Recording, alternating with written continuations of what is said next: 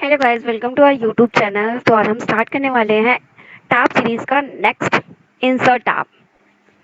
हम एक्सेल पे insert tab का यूज़ करने वाले हैं, आपको यूजेस बताने वाले हैं। इंसर्ट टैब के थ्रू हम क्या क्या कर सकते हैं वो सारी चीज़ें हम जानेंगे।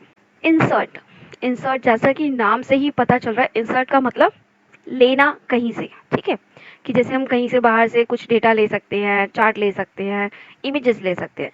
तो वही सारा काम हमारे पास इंसर्ट के अंदर है कि हमें इंसर्ट के अंदर रिपोर्ट ऐड करनी है, इमेज ऐड करनी है, या कोई एप्लीकेशन ऐड करनी है, चार्ट ऐड करनी है, मैप ऐड करना है, ग्राफिकल ऐड करना है।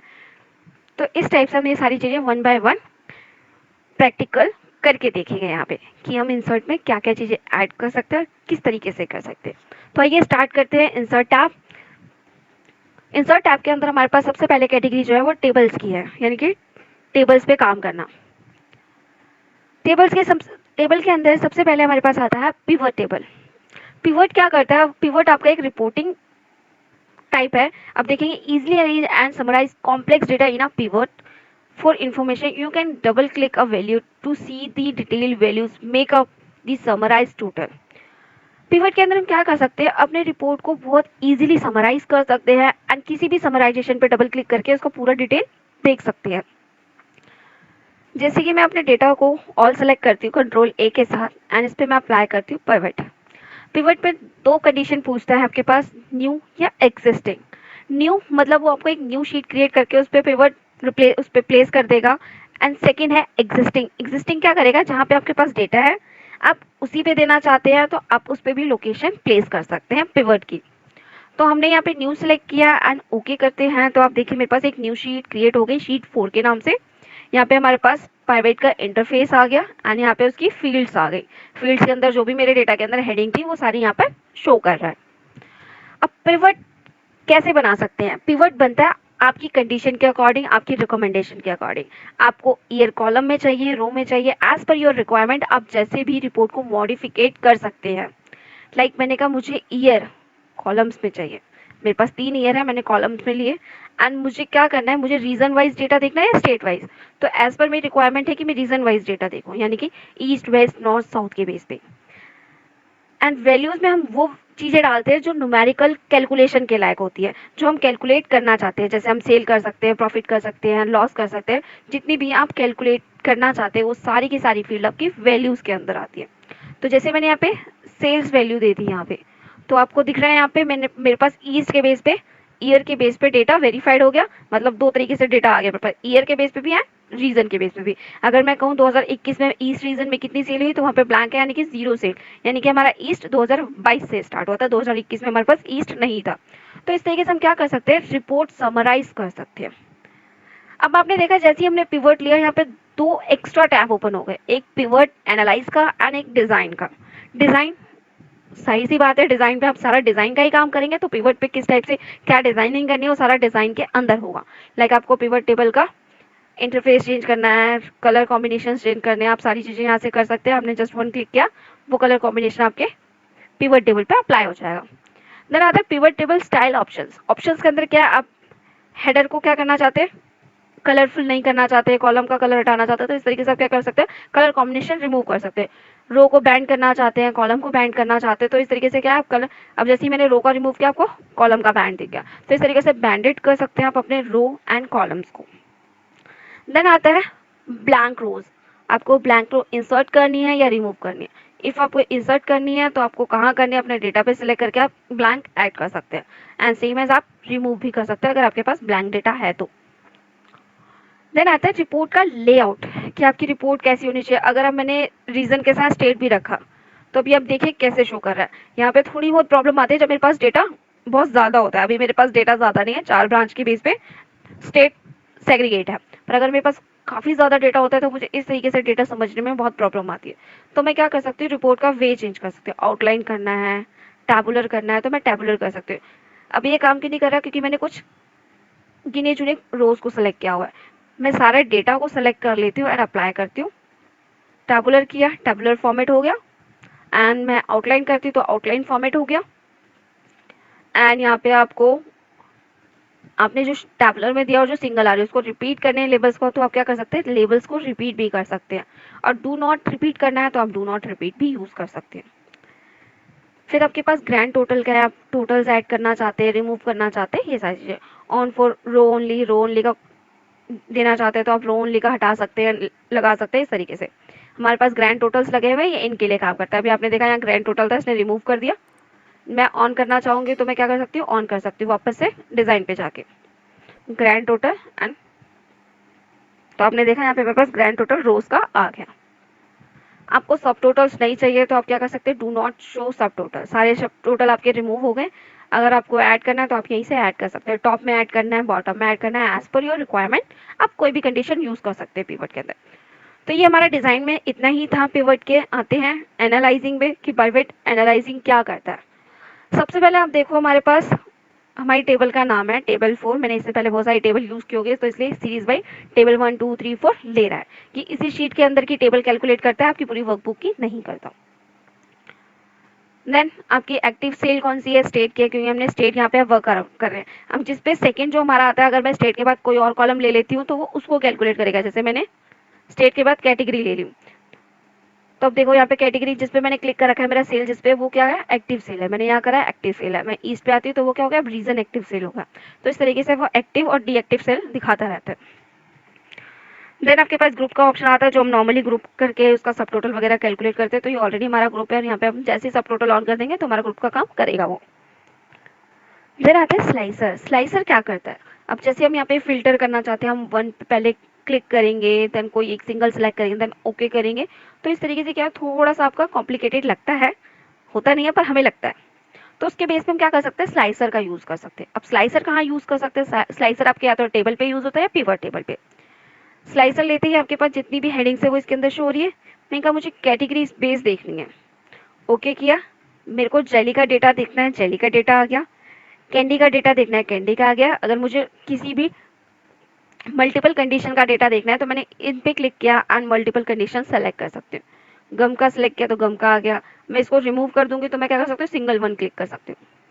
यानी अब ये जेली का डेटा है, ये आपका गम का डेटा है एंड ये कैंडी का डेटा। तो इस तरीके से हम स्लाइसर का यूज कर सकते हैं।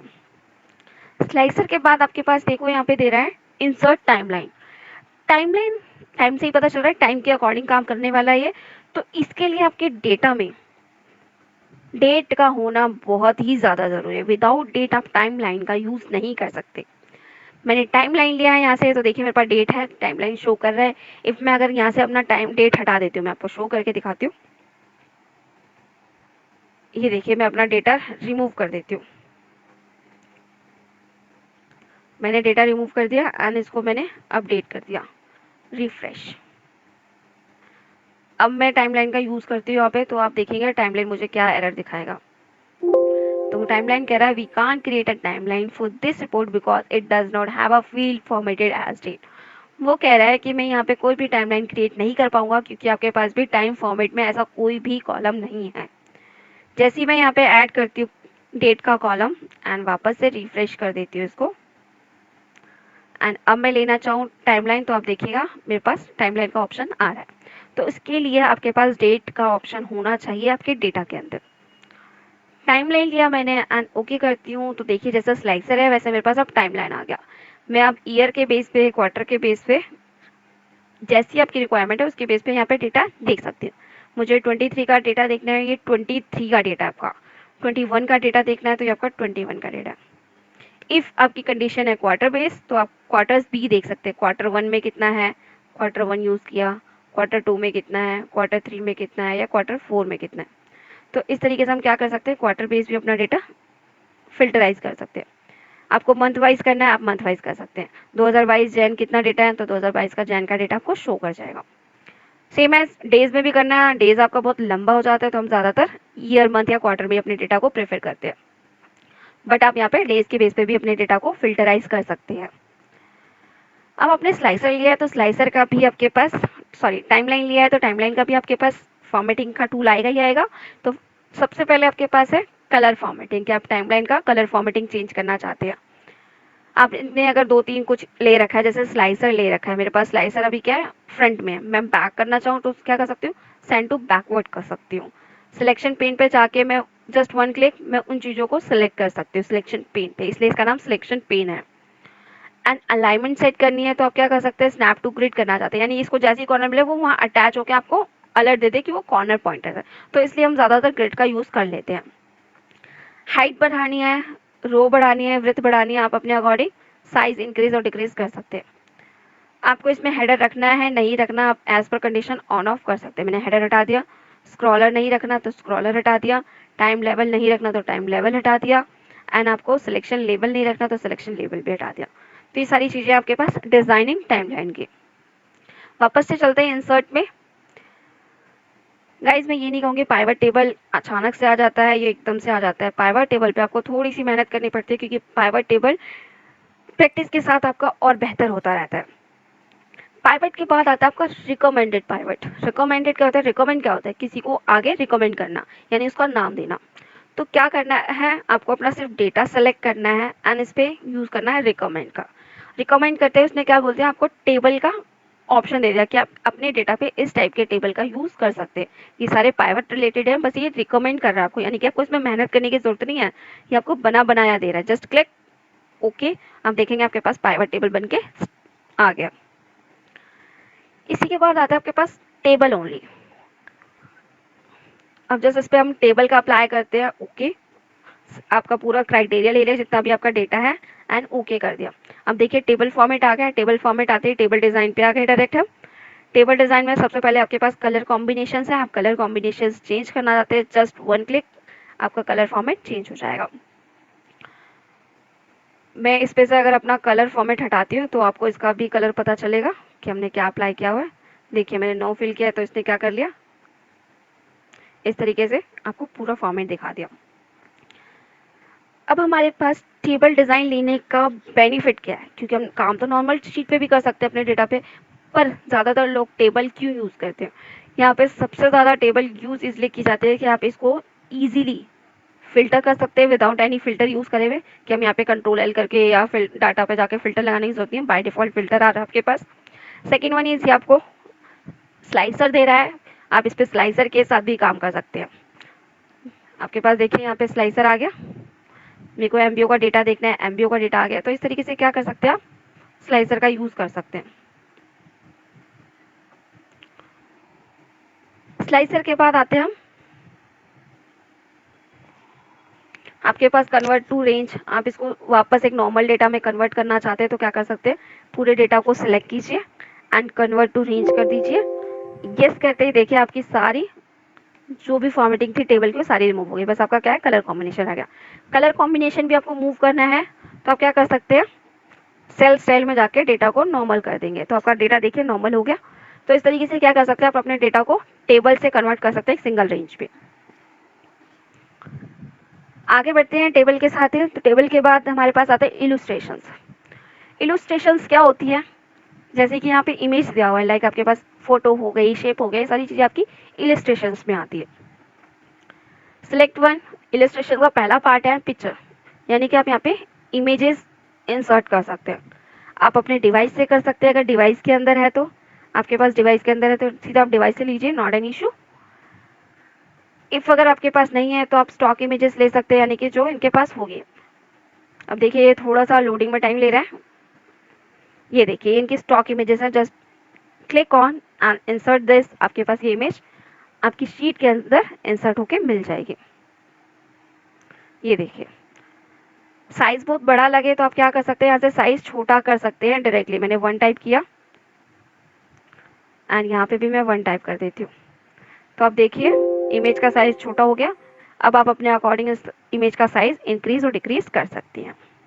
इमेज लेते ही पिक्चर फॉर्मेट आ गया, आप पिक्चर को बैकग्राउंड रिमूव कर सकते हैं अगर आपके इमेज में बैकग्राउंड है तो, बट हमारी इमेज का बैकग्राउंड ऐसा है हम रिमूव नहीं करेंगे।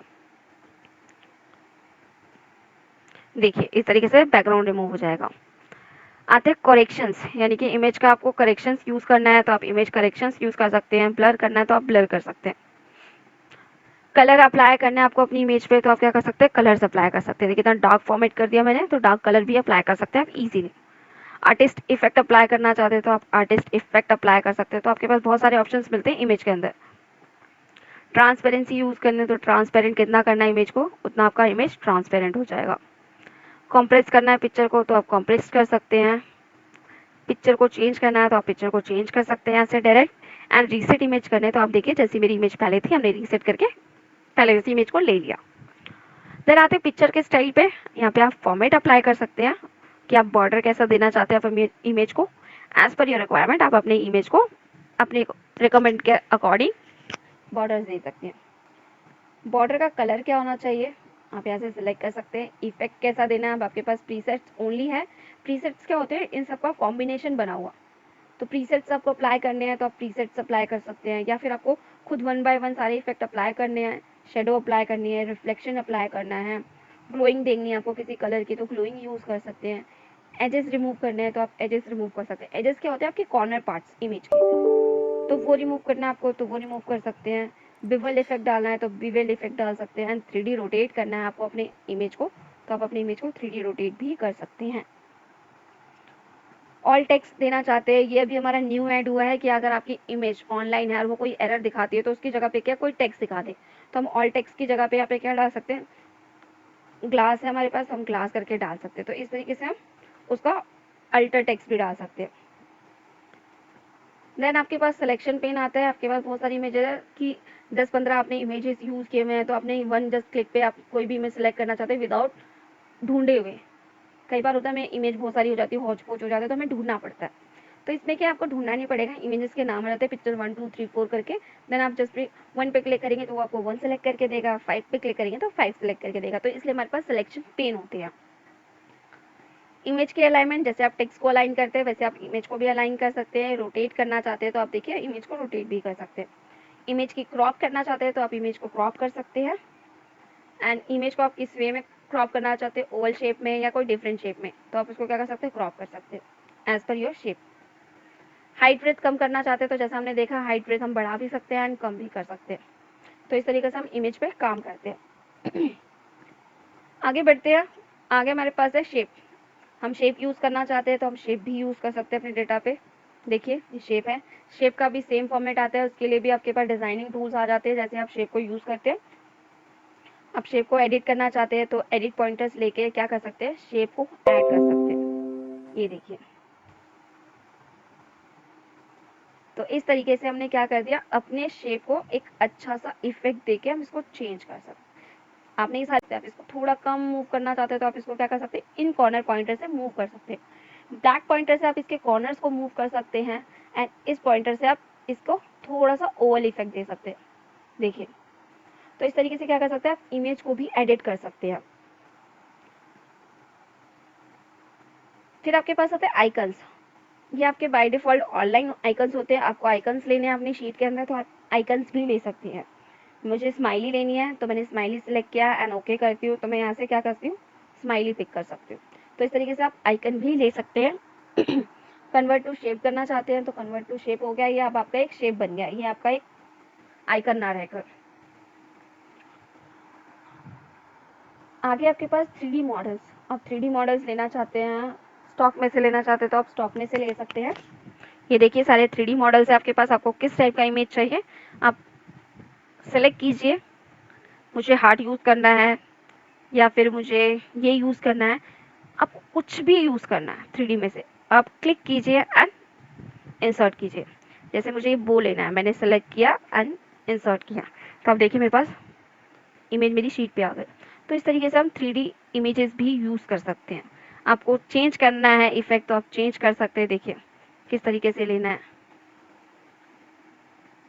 तो ये सारी चीज़ें हैं आपके पास।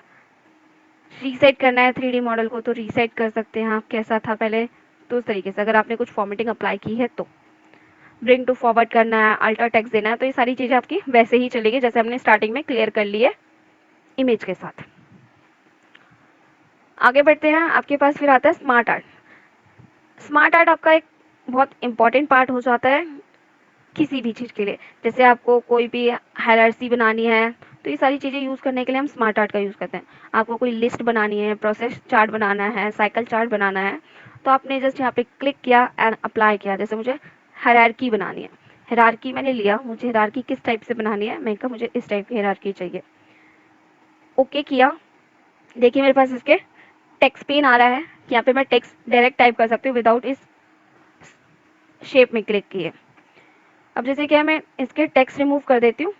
अब मुझे अप्लाई करना है। सबसे पहले मैं अप्लाई करती हूँ कंप्यूटर, इस तरीके से एंटर करती हूँ, टैप करती हूँ। तो ये क्या हो गया, कंप्यूटर का पार्ट बन गया। मैंने कहा कंप्यूटर में मुझे दो पार्ट डिफाइन करने हैं, एक तो हो गया आपका हार्डवेयर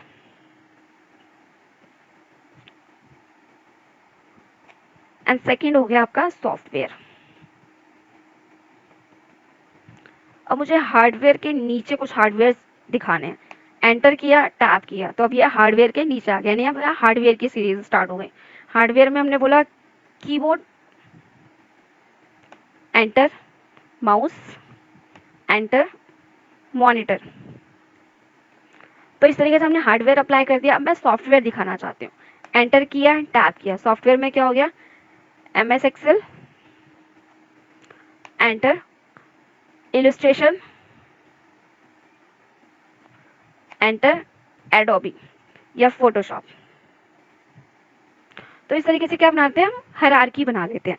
हायरार्की किसी भी प्रोसेस को दिखाने के लिए होता है कि हमने पहला हमारा स्टेज ये रहेगा, फिर सेकंड स्टेज ये रहेगा एंड थर्ड स्टेज ये रहेगा। थर्ड के बाद आप जो जो स्टेज जैसे दिखाना चाहते हो उस टाइप से आप हायरार्की को तैयार कर सकते हो। मैंने कहा कीबोर्ड में मैं और भी चीज़ें डिफाइन करना चाहती हूँ, तो मैं कीबोर्ड में जाके एंटर एंड टैप करूंगी, तो आप देखिए कीबोर्ड के अंदर वो हायरार्की स्टार्ट हो गई। तो इस तरीके से आप स्मार्ट आर्ट का यूज़ कर सकते हैं। स्मार्ट आर्ट लेते ही आपके पास क्या है, स्मार्ट आर्ट के डिज़ाइन फॉर्मेट आ गए, रीसेट ग्राफिक्स आ गया, कन्वर्ट टू शेप करना चाहते हो तो आप वो कर सकते हैं, कलर कॉम्बिनेशन अप्लाई करना चाहते हो तो कलर कॉम्बिनेशन ले सकते हैं आप, एंड चेंज करना चाहें आप अपने हायरार्की को तो आप चेंज भी कर सकते हो।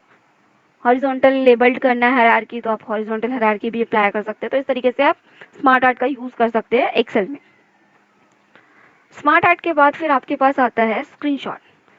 अब आपने कहा कि स्क्रीनशॉट की क्या ज़रूरत है आपको यहाँ पर, तो स्क्रीनशॉट भी आपके लिए यहाँ पर इम्पॉर्टेंट बन सकता है।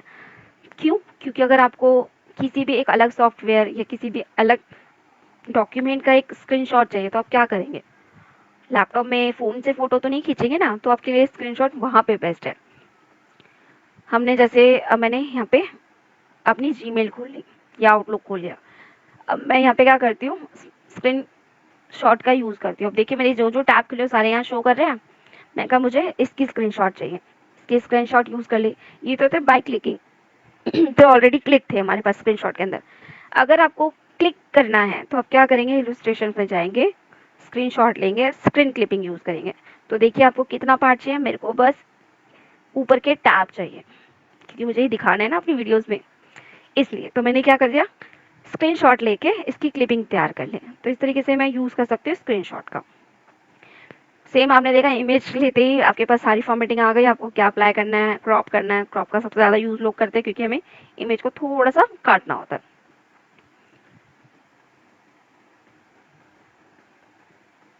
आई होप कि आपको ये क्लियर हो गए होंगे। टेबल्स में pivot, recommended and table, illustration में आपने ये सारी चीज़ें आपको पता चली होंगी। एक बार आप ज़रूर यूज़ कीजिएगा। कोई भी इशू आए आप मुझे कमेंट कीजिए, मैं आपके कमेंट्स का ज़रूर रिप्लाई दूंगी। आगे बढ़ते हैं। आगे बढ़ने के साथ ही हमारे पास स्टार्ट होता है एड इन्स का। ऐड, ऐड का मतलब जानते हैं, अरे वो ऐड वाला ने जो हमारी वीडियोस में ऐड आता है। ऐड का मतलब है यहाँ पर कुछ भी चीज़ें इसके अंदर लाना, इंसर्ट करना, तो वो ऐड है।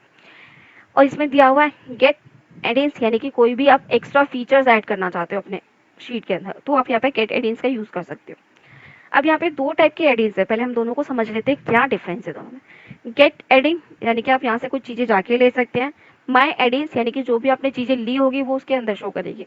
जैसे आप प्ले स्टोर पे कोई भी एप्लीकेशन लेते हैं तो आप डायरेक्ट फिर लेने के बाद वापस तो प्ले स्टोर पे नहीं जाते ना, आपके डेस्कटॉप पे आ जाते हैं ना फ़ोन के। तो ऐसे ही क्या है, फ़ोन का जो डेस्कटॉप है वो हमारा माई एडिन है और जो प्ले स्टोर है वो हमारा गेट एडिन है। गेट एडिन पे आते ही आपके पास देखेंगे बहुत सारे आपके पास एप्लीकेशन हो गए। अब जिस टाइप पे भी आप पीडीएफ सर्च करेंगे पीडीएफ से रिलेटेड आपके पास बहुत सारे एडिन्स आ जाएंगे। मैंने सीआरएम सेलेक्ट किया, सीआरएम से रिलेटेड ये सारे एडिन्स है मेरे पास। तो हमारे पास गेटिन्स है, आप एड ऑन लेना चाहते हैं अपनी शीट के अंदर तो आप एड ऑन भी ले सकते हैं। इफ अगर आपने कोई एड ऑन ले रखा है तो आप यहाँ पे जाके अपनी एड ऑन को मैनेज कर सकते हैं। आपको यानी कि इंस्टॉल करना है या उसको अपडेट करना है तो आप यहाँ से जाके कर सकते हैं। आज का हम यहीं स्टॉप करते हैं गाइस। अगला हम नेक्स्ट पार्ट में करने वाले हैं, क्योंकि बहुत ज़्यादा लंबी वीडियो हो जाएगी, तो मुझे पता है आप लोग बोर हो जाएंगे, तो आप लोगों को बोर कैसे होने दे सकते मैं, तो आपको बिना बोर किए आज मैं यहीं पे ख़त्म करती हूँ। आगे हम देखेंगे कहाँ से, आगे हम देखेंगे क्विकली एंड ईजिली विजुलाइज से, ठीक है। तो ऐसे ही है, अपना सपोर्ट हमें दिखाएं, हमें आगे बढ़ाएं, आपका आशीर्वाद हमारे पास ऐसे ही रहे। हमारे चैनल को लाइक शेयर एंड सब्सक्राइब जरूर करें। Thanks for watching.